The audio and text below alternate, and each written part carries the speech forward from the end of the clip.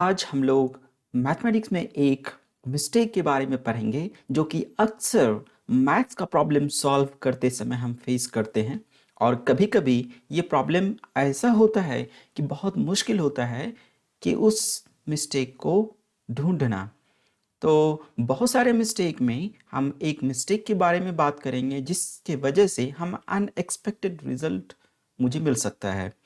चलिए एक एग्जांपल देते हैं। एक स्टूडेंट है जो कि कैलकुलेशन करने में उसको रिजल्ट आया 2+2=5। ऑफ कोर्स ये अनएक्सपेक्टेड रिजल्ट है। सबको ही हम जानते हैं कि 2+2 4 होता है, 5 तो कभी नहीं होता। तो आप सोच रहे होंगे कि ये कैसे आ गया। बहुत बड़ा क्वेश्चन से है ये। ऑफ कोर्स ये मिस्टेक से आया है। तो सबसे पहले चलते हैं कि वो मिस्टेक क्या है। पहले वो स्टेप्स बाय स्टेप्स कैलकुलेशन को देखेंगे कि वो क्वेश्चंस कैसे सॉल्व किया गया है, और उसके बाद जो है देखेंगे कि ये मिस्टेक कहाँ और कैसे हुआ है। क्योंकि मैथ्स में हर चीज़ों को प्रूफ चाहिए, तो देखते हैं कि वो क्या है। हम लोग सभी जानते हैं कि 0 बराबर 0 होता है। इसको हम दूसरे तरीके से भी लिख सकते हैं, यानी 20 - 20 = 25 - 25 ऐसे भी लिख सकते हैं। अब हम जानते हैं कि 20 के कई फैक्टर्स हैं और 25 के भी कई फैक्टर्स हैं। तो हम 20 का दो गुणनखंड, दो फैक्टर फॉर्म में लिख सकते हैं, यानी 4 × 5 मीन्स 4 × 5। उसी तरह 25 का 5 × 5। तो इस तरीके से हमने लिख दिया। अब यहाँ भी 4 है और यहाँ भी 4 है। तो हम क्या कर सकते हैं कि अगर सेम नंबर दोनों में हो तो हम उसे कॉमन ले सकते हैं। उसी तरह 5 यहाँ भी है, 5 यहाँ भी है। तो इसे जो है कॉमन लेने के बाद हम जो है ब्रैकेट के बाहर ऐसे लिख देंगे। और हम सभी जानते हैं कि मैथ का साइन इक्वल टू के उस साइड जाने के बाद, यानी लेफ्ट से अगर हम राइट जाते हैं या राइट से लेफ्ट जाते हैं, तो साइन चेंज हो जाता है। क्या साइन चेंज होता है? प्लस। और अगर हम इक्वल टू के उस साइड प्लस को ले जाएंगे तो ये माइनस में चेंज होगा। और इधर ये मल्टीप्लिकेशन है, उधर ले जाएंगे तो ये डिवीज़न में चेंज होता है। और इधर माइनस है, उधर ले जाते हैं तो ये प्लस में चेंज होता है। यानी ये रूल है मैथमेटिक्स का। तो इधर -5 है और इधर भी 5 - 5 है, तो किसी एक तरफ ले जाते हैं। चलिए इसे हम दाहिने तरफ ले जाते हैं। क्योंकि ये दोनों सेम है तो इसे हम कैंसिल कर देते हैं। कैंसिल करने के बाद मुझे आया 4 = 5, और 4 को हम लिख सकते हैं 2+2 = 5। तो ये आपके लिए है कि वीडियो को पॉज करके आप सोच सकते हैं कि ये कहाँ पर मिस्टेक हुआ और कैसे हुआ और किस वजह से हुआ। अगर आप सोच लिए हैं तो चलिए आगे बढ़ते हैं। अगर मोस्ट प्रोबेबली, ज़्यादातर उम्मीद है कि आपको ये आंसर मिल गया होगा। अगर मिल गया है तो देखते हैं आपका आंसर और मेरा आंसर सेम है या डिफरेंट है।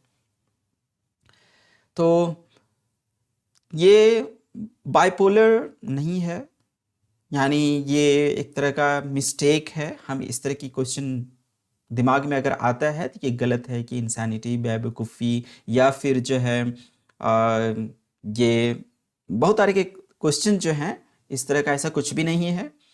तो चलिए सबसे पहले हम देखते हैं कि मैथमेटिक्स में बहुत सारे टर्म ऐसे हैं जो कि डिफाइन नहीं है। क्या मतलब इसका? हम जो अभी स्टेप्स देखे हैं उसका आंसर देने से पहले हम उस चीज़ों के बारे में चलेंगे जहाँ के मैथ्स में कुछ टर्म्स डिफाइन नहीं है, और तब हम उस कैलकुलेशंस पर आएंगे। तो डिफाइन नहीं है यानी उसका कोई भी वैल्यू हम नहीं बता सकते कि वो एग्जैक्ट वैल्यू क्या होता है। तो चलिए देखते हैं वो कौन कौन से जो है टर्म्स है जो कि मैथ्स में डिफाइन नहीं है। तो फर्स्ट है, अगर 0⁻0 हो तो वो डिफाइन नहीं होता है।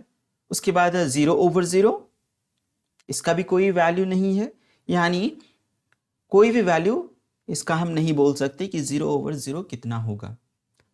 तीसरा है 0 × ∞। चौथा ∞⁻0।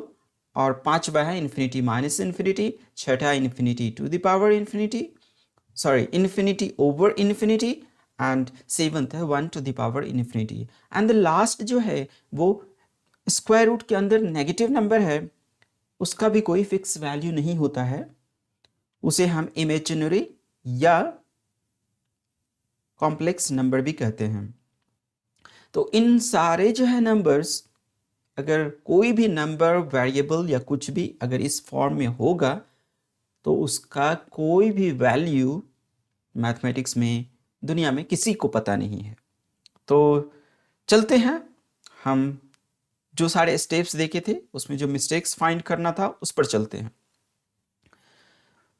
आपने देखा कि प्रीवियस कैलकुलेशंस में हमने कैंसिल किया 5 - 5 ओवर 5 - 5 को कैंसिल किया। एक्चुअली में ये क्या है, 0 ओवर 0 है ना।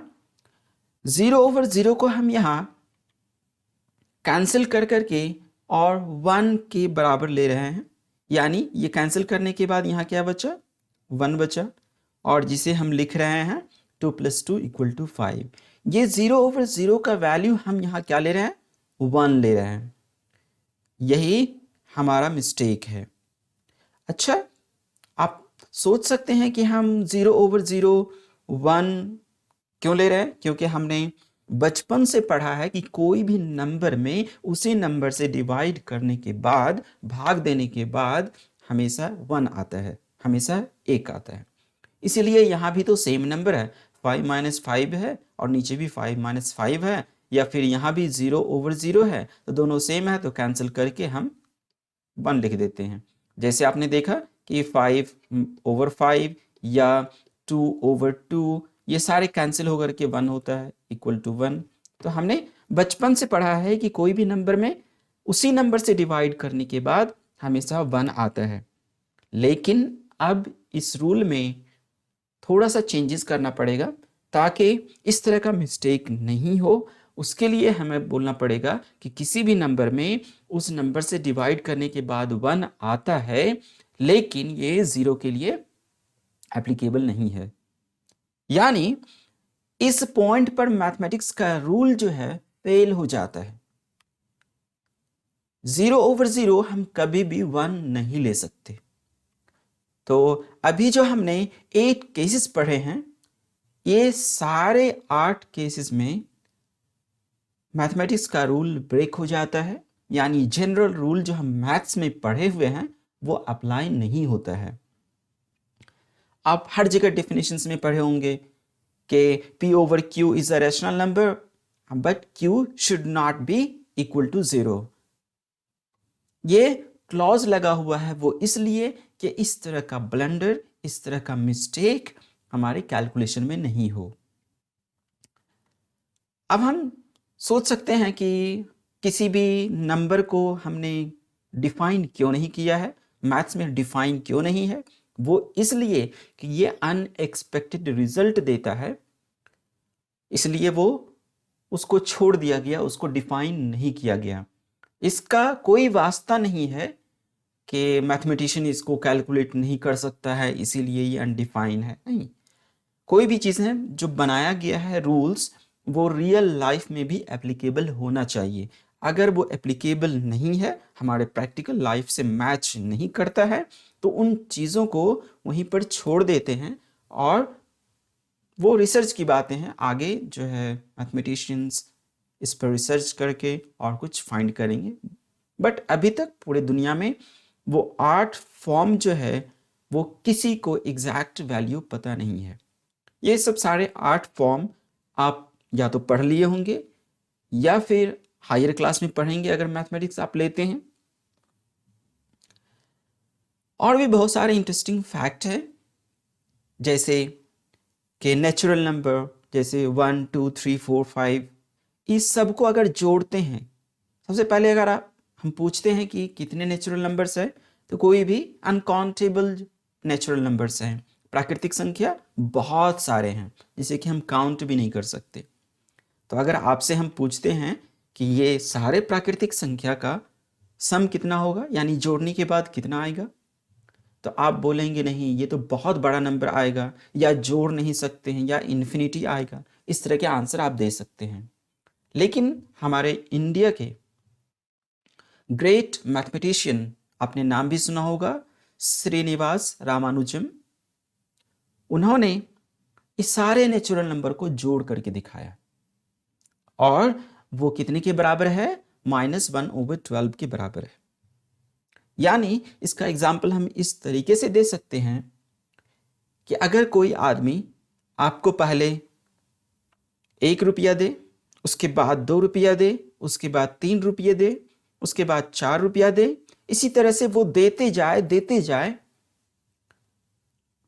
तो एक दिन ऐसा होगा कि आप कर्ज में रह जाएंगे और आपके पास कोई भी पैसा बाकी नहीं रहेगा और आपको कर्ज लेना पड़ेगा। यानी नेगेटिव साइन जो यहाँ दिखाता है कि आप कर्ज में डूब जाएंगे, है ना।